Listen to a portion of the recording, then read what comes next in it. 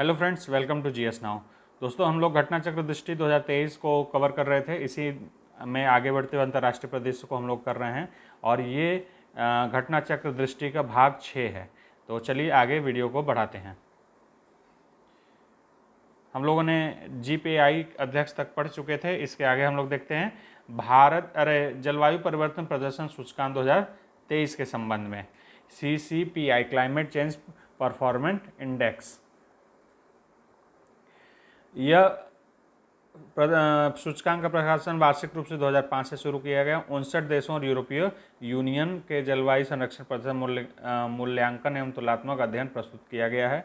14 संकेतकों का यूज किया गया है इस इंडेक्स को बनाने में। ठीक है, climate action network, German watch आदि मिलके इसको न्यू क्लाइमेट इंस्टीट्यूट के द्वारा इसको जारी किया जाता है। ये 18वां संस्करण है और शीर्ष 3 ये देखिए महत्वपूर्ण है एक टॉपिक। 1 से लेके 3 तक कोई भी नो कंट्री, ब्लैंक है ये जगह। ठीक है, चौथे नंबर से रैंकिंग शुरू होती है। तो चौथे रंगे पे जो रैंक पे देश है वो है डेनमार्क, जो सबसे शीर्ष स्थान रखता है, लेकिन ये चौथे पे है। जबकि अंतिम स्थान जो पर रखता है वो ईरान है, जो कि 63वां स्थान रखता है। ये भी ध्यान रख दीजिएगा, कोई भी देश वैश्विक तापन यानी ग्लोबल वार्मिंग को 1.5 डिग्री सेल्सियस की सीमा के अंतर्गत रखने के लिए मार्ग पर प्रशस्त नहीं है, अग्रसर नहीं है। अतः किसी भी देश को अत्यधिक उच्च या वेरी हाई रेटिंग प्राप्त नहीं हुई है। तो नंबर वन यानी सर्वोच्च स्थान नंबर 4 पे कौन है? तो ये डेनमार्क है। अब भारत की रैंकिंग 8वें नंबर पे है। ब्रिक्स देशों में देखेंगे शीर्ष स्थल पे भारत है। 2021 में 10वां स्थान यहाँ पे था। ठीक है, और सबसे ज़्यादा उच्च रेटिंग भारत को कहाँ मिली है? तो ग्रीन हाउस गैसों के उत्सर्जन वाले श्रेणी में उच्च रैंकिंग प्राप्त हुई है। वैश्विक प्रतिभा प्रतिस्पर्धा सूचकांक 2022, इसके संबंध में देख लेते हैं जो महत्वपूर्ण चीज़ें हैं। प्रथम 5 स्थानों क्रमशः स्विट्जरलैंड, सिंगापुर, डेनमार्क, संयुक्त राज्य अमेरिका और स्वीडन है। यानी कि नंबर 1 पे स्विट्जरलैंड है और अंतिम स्थान पे चाड है। ठीक है, भारत की रैंकिंग जो है 101 है। ठीक है, और क्षेत्रीय आधार पे देखेंगे चौथे स्थान पे है। जो शहर को सबसे उच्च स्थान मिला हुआ है भारत में वो 125वें स्थान पे बेंगलुरु का स्थान है, और संयुक्त अमेरिका USA का सैन फ्रांसिस्को नंबर 1 का स्थान रखता है। वहीं ढाका जो बांग्लादेश का शहर है वो अंतिम स्थान 175वां रखता है। वैश्विक रिश्वत जोखिम सूचकांक 2022, इसके बारे में महत्वपूर्ण तथ्य देकर मैं सब कुछ देखिए नहीं, जिसमें इंपॉर्टेंट है उसका ही ज़्यादा डिटेल बता रहा हूँ और सबका बस महत्वपूर्ण तथ्य बताता चलूँगा। जो लोग पहले से वीडियो नहीं देख रहे हैं उनको बता दूँ, तभी ये जल्दी जल्दी कवर हो पाएगा। सूचकांक के तहत समग्र स्कोर नॉर्वे को प्रथम स्थान मिला है। 4 के साथ 4 स्कोर मिला है, इसमें नॉर्वे प्रथम स्थान प्राप्त किया है। जबकि उत्तर कोरिया को 93 स्थान में यानी कि लास्ट मिला हुआ है। लास्ट पे है नॉर्थ कोरिया। सूचकांक में भारत का स्थान 86वां है। रूल ऑफ लॉ इंडेक्स 8 कारकों 8 फैक्टर्स पे ये काम करता है। मूल्यांकन का आधार 8 फैक्टर्स हैं, जिसमें डेनमार्क को नंबर 1 की श्रेणी प्राप्त हुई है और 2021 में भी इसको नंबर 1 की ही श्रेणी प्राप्त हुई थी। वेनेजुएला का स्थान सबसे नीचे है। भारत 9वें स्थान पर है। वैश्विक भूख सूचकांक international food policy research institute द्वारा इसको जारी किया जाता है। ठीक है, इसमें 4 चीज़ों को 4 संकेतक हैं। क्या क्या हैं ये ध्यान रखिएगा। अल्प पोषण, बाल दुबलापन, बाल ठिगनापन, बाल मृत्यु दर। ये 4 फैक्टर हैं या 4 संकेतक हैं जिसके आधार पर इसका इंडेक्स बनता है। 5 वर्ष से कम आयु वाले बच्चों में दुबलापन के सर्वाधिक मामले भारत में दर्ज किए गए हैं। ठीक है, 5 वर्ष से कम मृत्यु दर वाले बच्चों की मृत्यु दर जो होती है सबसे ज़्यादा सोमालिया में दर्ज की गई है। ठीक है, ब्रिक्स देशों के साथ तुलनात्मक दृष्टि से देखेंगे तो भारत का स्थान 107वां है और यमन 121वें स्थान पे अंतिम स्थान रखता है। भारत का स्कोर यहाँ भूखमरी की गंभीर स्थिति को प्रदर्शित करता है। QS Asia university ranking, QS जान लीजिएगा, जैसे कि आप लोग आता है टाइम्स का, देखिए टाइम्स का है, क्यूएस का है। क्यूएस वाला है जो यूएसए से जारी होता है और टाइम्स ग्रुप जो है न्यूज़पेपर ग्रुप है ये यूके का है। तो आपको गेस करने में आसानी होगी ये कि अगर टाइम्स ग्रुप से पूछता है तो संभवतः उसमें यूके से कोई यूनिवर्सिटी टॉप रैंक रखती होगी, क्यूएस वाले में कोई यूएसए की रैंक यूनिवर्सिटी जो है टॉप रैंक रखेगी। ये एशिया की रैंकिंग है, इसको पहले एक बार देख लेते हैं। ये एशिया की है। तो पेकिंग विश्वविद्यालय चीन मुख्य भूमि से है, जो मुख्य भूमि है वो चीन का वो है। इसके अलावा जो साइड भूमि ताइवान वाले क्षेत्र या फिर हांगकांग का क्षेत्र है वो सब साइड भूमि के माना जाता है। भारत में आईआईटी बॉम्बे जो है वो सर्वाधिक शीर्ष स्थान रखता है, भारत का कोई अगर यूनिवर्सिटी या कॉलेज कोई इंस्टीट्यूट है तो। पेकिंग विश्वविद्यालय नंबर 1 एशिया में क्यूएस यूनिवर्सिटी रैंकिंग के अनुसार। टाइम्स ग्लोबल यूनिवर्सिटी रैंकिंग देखिए, टाइम्स पत्रिका द्वारा किया जाता है।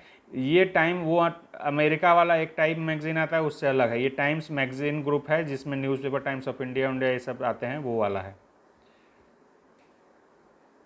टाइम्स आता है यूके का मैगजीन है। अच्छा देख लीजिए कि यूएसए के सर्वाधिक विश्वविद्यालय टाइम्स वाले ग्रुप में हैं। ठीक है, 177। इसके बाद जापान के, फिर यूके के, फिर भारत के 75 इसमें यूनिवर्सिटी हैं। रैंकिंग में यूनाइटेड किंगडम को ऑक्सफोर्ड यूनिवर्सिटी को प्रथम स्थान दिया गया है, जबकि चीन का सिंघुआ विश्वविद्यालय एशिया में सर्वश्रेष्ठ स्थान रखता है। इसमें सिंघुआ है एशिया का नंबर 1 और जो क्यूएसएस में पेकिंग विश्वविद्यालय ये नंबर 1 है उसमें, ये दोनों चीन के हैं। भारतीय विश्वविद्यालय कोई भी टॉप 200 में शामिल नहीं है। IISc Indian institute of science Bangalore ये सबसे उच्च स्थान रखता है भारतीय विश्वविद्यालयों में। अब नोबेल पुरस्कार 2022 के बारे में देख लेते हैं, इससे प्रश्न आने की अत्यधिक संभावना है, एक क्वेश्चन बनना चाहिए इस पे। नोबेल शांति पुरस्कार 2022 किसको दिया गया है? तो एलिस बियालियात्स्की और memorial centre for civil liberty, 3 संस्थाओं का, एक लोग हैं और 2 संस्थाएं हैं, उनको दिया गया है। एलिस बियालियात्स्की बेलारूस के मानवाधिकार ये कार्यकर्ता हैं। ठीक है, एलिस बियालियात्स्की नाम का पढ़ना बड़ा कठिन है, एक बार इसको पॉज करके आप लोग पढ़ लीजिएगा। इन्होंने एक वायसना नामक संस्था का भी स्थापना किया हुआ है। मेमोरियल एक मानवाधिकार संगठन है। ठीक है, इसकी स्थापना 1987 में पूर्व सोवियत संघ में की गई थी। ठीक है, इसके अलावा यूक्रेन में मानवाधिकारों के लोकतंत्र बढ़ावा देने के उद्देश्य से 2007 में कीव में सेंटर फॉर सिविल लिबर्टीज की स्थापना की गई थी, उसको भी शांति पुरस्कार। ये 3 लोग से सह विजेता हैं, साथ में इन लोगों को शेयर किए हैं इन तीनों ने 2022 का नोबेल शांति पुरस्कार। ठीक है, ये तीनों लोगों को आप लोग जान लिया। अब साहित्य के क्षेत्र में चलते हैं। साहित्य के क्षेत्र में किसको नोबेल पुरस्कार मिला हुआ है? फ्रांसीसी लेखिका हैं एनी अर्नो, इनको प्रदान किया गया है। ये फ्रांसीसी पहली महिला हैं जिन्हें की नोबेल पुरस्कार मिला हुआ है। इनका प्रथम उपन्यास लेस आर्मोरीज विद्स अंग्रेजी में 1906 प्रकाशित हुआ था। अन्य प्रमुख उपन्यास है a man's place, a women's story, the year. ये 3 हो गए आपके नोबेल इनके जो फेमस हैं। रसायन के क्षेत्र में नोबेल किसको मिला हुआ है? Carolyn R Bertozzi, Stanford university America की हैं ये के हैं। Morten Meldal university of Copenhagen Denmark. K Barry Sharpless, ये भी अमेरिका के। तो 2 अमेरिका के हैं एंड एक डेनमार्क के हैं। ये तीनों वैज्ञानिकों को यह पुरस्कार क्लिक केमिस्ट्री तथा बायो ऑर्थोगोनल केमिस्ट्री के विकास में दिया गया है। अब बायो ऑर्थोगोनल अभी क्या चीज़ है एक बार देख लीजिए। जीवित जीवधारियों के अंदर कोशिका के सामान्य रसायन को बाधित किए बिना संचालित होने वाला विकास प्रक्रिया है ये, अभिक्रिया है ये। भौतिकी के क्षेत्र में देख लेते हैं, इसमें भी 3 वैज्ञानिकों को दिया गया है। Alain Aspect France, John F Clauser America, Anton Zeilinger Austria, इन 3 लोगों को दिया गया है। क्वांटम मैकेनिक्स के एक विचित्र गुण आपस में गुथे हुए फोटॉन, इंटेगल्ड फोटॉन्स पर प्रयोग के लिए बेल असमानता नियम के उल्लंघन को स्थापित करने के लिए क्वांटम सूचना विज्ञान क्रांति लाने के प्रदान किया गया है। इसको एक बार देख लीजिए, इसको बहुत ज़्यादा समझने की ज़रूरत नहीं है क्योंकि ये हम लोग समझ के वैसे भी बहुत ज़्यादा परे है, नहीं तो हम लोग को ही नोबेल मिल गया होता। तो इसको एक बार देख लीजिए क्या की वर्ड हैं, क्वांटम फिजिक्स के बारे में है, तो फिजिक्स में किस क्षेत्र में मिला हुआ है, ठीक है, ये बस ध्यान रखना है। और क्लिक केमिस्ट्री के है, और बायो ऑर्थोगोनल केमिस्ट्री के बारे में है। चिकित्सा के क्षेत्र में स्वीडन के स्वांते पाबो को मिला हुआ है, इन्होंने ही निएंडरथल के जीनोम की संरचना का मापन किया जो वर्तमान समय मनुष्य के विलुप्त पूर्वज से का संबंधित है।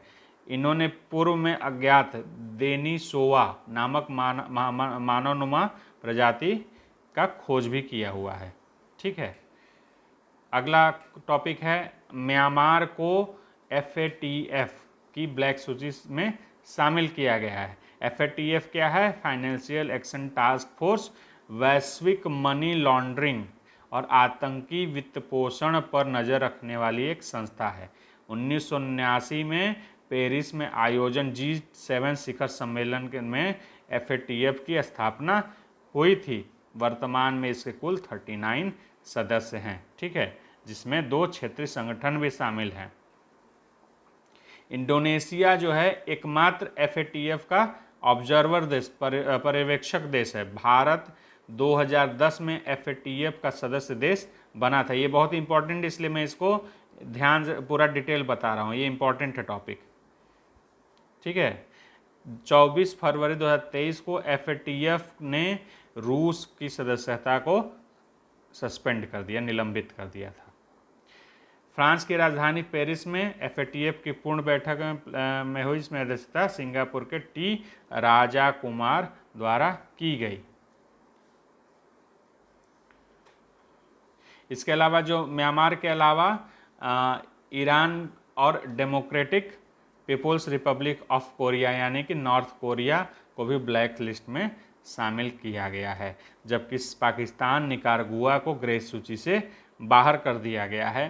पाकिस्तान पे बहुत दिनों से इस पे दबाव था कि हो सकता है ग्रे सूची से ब्लैक सूची में डाल दिया जाए, लेकिन ऐसा हुआ नहीं, ग्रे सूची से ही बाहर कर दिया गया। वैश्विक नवाचार सूचकांक ग्लोबल इनोवेशन इंडेक्स देखिए 2022 का वर्ल्ड इंटेलेक्चुअल प्रॉपर्टी ऑर्गेनाइजेशन वीपो द्वारा जारी किया गया है। नवाचार, इसका संस्करण का शीर्षक क्या था? What is the future of innovation driven growth. 132 देशों का इसमें अर्थव्यवस्थाओं का लिस्ट है, जिसमें स्विट्जरलैंड को प्रथम रैंक हासिल हुई है, ठीक है। और भारत की रैंकिंग जो है वो 40वीं है। भारत 40 है।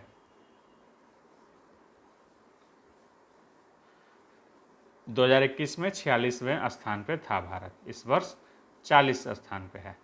वैश्विक खाद्य सुरक्षा सूचकांक, ग्लोबल फूड सिक्योरिटी इंडेक्स, इसको कौन जारी किया है? लंदन स्थित इकोनॉमिस्ट इम्पैक्ट द्वारा डिजाइन और निर्मित कार्टेवा एग्रीसाइंस द्वारा प्रायोजित किया गया है। इसके 4 मुख्य स्तंभ हैं: खाद्य सामर्थ्य, खाद्य उपलब्धता, गुणवत्ता एवं सुरक्षा, स्थिरता और अनुकूलता। ठीक है, इसमें रैंकिंग देख लीजिए, महत्वपूर्ण है। फिनलैंड को फर्स्ट रैंक मिला हुआ है और भारत का स्थान 68 रैंक पे आता है, जबकि एशिया प्रशांत क्षेत्र में देखेंगे भारत का स्थान 14वां है। UNESCO global network of learning cities में 3 भारतीय शहरों को शामिल किया गया है। तीनों कौन कौन से हैं देख लीजिए, महत्वपूर्ण है ये, अच्छा खासा महत्वपूर्ण है, बहुत वेरी इंपॉर्टेंट की श्रेणी में आएगा। नीलांबुर केरल में स्थित है, त्रिशूर ये भी केरल में स्थित है, और वारलंग तेलंगाना, ये 3 जगहों को शामिल किया है। किस किस श्रेणी में किया गया है? जो त्रिशूर है केरल का, केरल की सांस्कृतिक राजधानी के रूप में इसको शामिल किया गया है। यह अपने आभूषण उद्योग, विशेष रूप से सोने के आभूषणों के लिए प्रसिद्ध है। नीलांबुर क्या है? सागौन का स्थल, लैंड ऑफ टीक कहा जाता है, यानी कि पारिस्थितिकी पर्यटन के लिए गंतव्य स्थान है ये। ठीक है। बारलंग क्या है? तेलंगाना का एक शहर है। ठीक है। वैश्विक लैंगिक अंतराल रिपोर्ट, ये विश्व आर्थिक मंच, वर्ल्ड इकोनॉमिक फोरम द्वारा ग्लोबल जेंडर गैप रिपोर्ट जारी की जाती है। इसमें 4 डायमेंशन हैं, 4 आयाम हैं जिसके आधार पर यह अध्ययन प्रस्तुत किया जाता है। आर्थिक भागीदारी और अवसर महिलाओं से संबंधित ही होता है। शिक्षा प्राप्ति महिलाओं को कैसी है, स्वास्थ्य एवं उत्तरजीविता पर कैसा उनका हेल्थ और सर्वाइवर की स्थिति है, और राजनीति सशक्तिकरण पॉलिटिकल एम्पावरमेंट किस लेवल का है। इन 4 आयामों पर इसको देखा जाता है। 146 देशों की तुलनात्मक अध्ययन हुआ है, जिसमें अब इंडेक्स देख लेते हैं कौन क्या किस रैंक को हासिल रखता है। तो आइसलैंड जो है नंबर 1 स्थान पर काबिज है और भारत की रैंकिंग 135 है, जबकि अफगानिस्तान सबसे अंतिम इसके पायदान पे है 146। ठीक है। इससे पहले जो 2021 की सूची थी उसमें भारत की रैंकिंग 140 थी। इस साल 135 से 5 अंकों का सुधार है। वर्ल्ड पॉपुलेशन प्रोस्पेक्टस 2022, मतलब कि ये नज़रिया पेश करता है कि वर्ल्ड का पॉपुलेशन कैसा आगे होने जा रहा है। ठीक है। 1951 से रिपोर्ट प्रकाशित की जा रही है। यूएन के department of economic and social affairs DESA द्वारा के पॉपुलेशन डिवीजन द्वारा इसको प्रत्येक 2 वर्ष पे जारी किया जाता है। ठीक है। ये WPP 2022 के अनुसार जो रिपोर्ट आई है, इसमें ये कहा गया है कि 2022 तक विश्व की जनसंख्या 8 अरब अनुमानित है। 15 नवंबर 2022 तक 8 अरब जनसंख्या हो गई है, यानी 800 करोड़ लोग हो गए हैं इस धरती पर।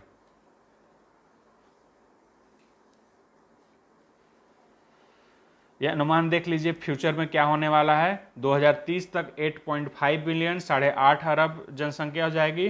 2050 तक 9.7। इसको ध्यान रखिएगा, हो सकता है एक ऑप्शन इसमें पूछना इजी है, क्वेश्चन बनाना इजी है इसलिए पूछ सकता है। 2100 तक 10.4 बिलियन पीपुल लोग हो जाएंगे धरती पर। 2050 तक वैश्विक जनसंख्या के आधे से अधिक अनुमानित वृद्धि जिस 8 देशों में केंद्रित होगी संभावना है, उसमें भारत, नाइजीरिया, मिस्र, पाकिस्तान, कांगो रिपब्लिक,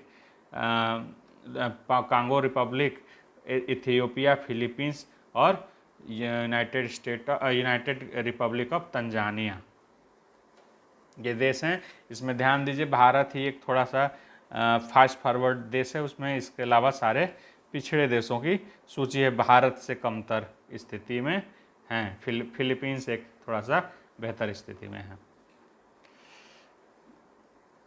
वर्ष 1950 में प्रजनन दर क्या थी? जन प्रति महिला थी, जो कि 21 में 2.3 हो चुका है और 2050 तक इसके घट के 2.1 होने की संभावना है। लाइफ एक्सपेक्टेंसी जो थी 72.8 थी 2019 में, जिसकी 2050 तक 77.2 हो जाने की संभावना है। जो 2050 तक स्थिति होने वाली है, ये भारत की रैंकिंग 1 वर्ल्ड में हो जाएगी और चीन की रैंकिंग 2nd हो जाएगी। अमूर्त सांस्कृतिक विरासत को संरक्षण हेतु अंतर सरकारी समिति चयनित, यूनेस्को द्वारा अमूर्त विरासत संस्कृति है, जो अमूर्त संस्कृति विरासत संरक्षण के लिए जो कमेटी बनी है उसका पेरिस स्थित यूनेस्को मुख्यालय में अमूर्त सांस्कृतिक विरासत संरक्षण अभिसमन पक्षकारों का महासभा आयोजित हुई है पेरिस में। भारत का इस समिति में तीसरा कार्यकाल है। ठीक है, भारत के जो अमूर्त विरासतें हैं यूएन के संयुक्त, उसमें टोटल 14 विरासतें हैं।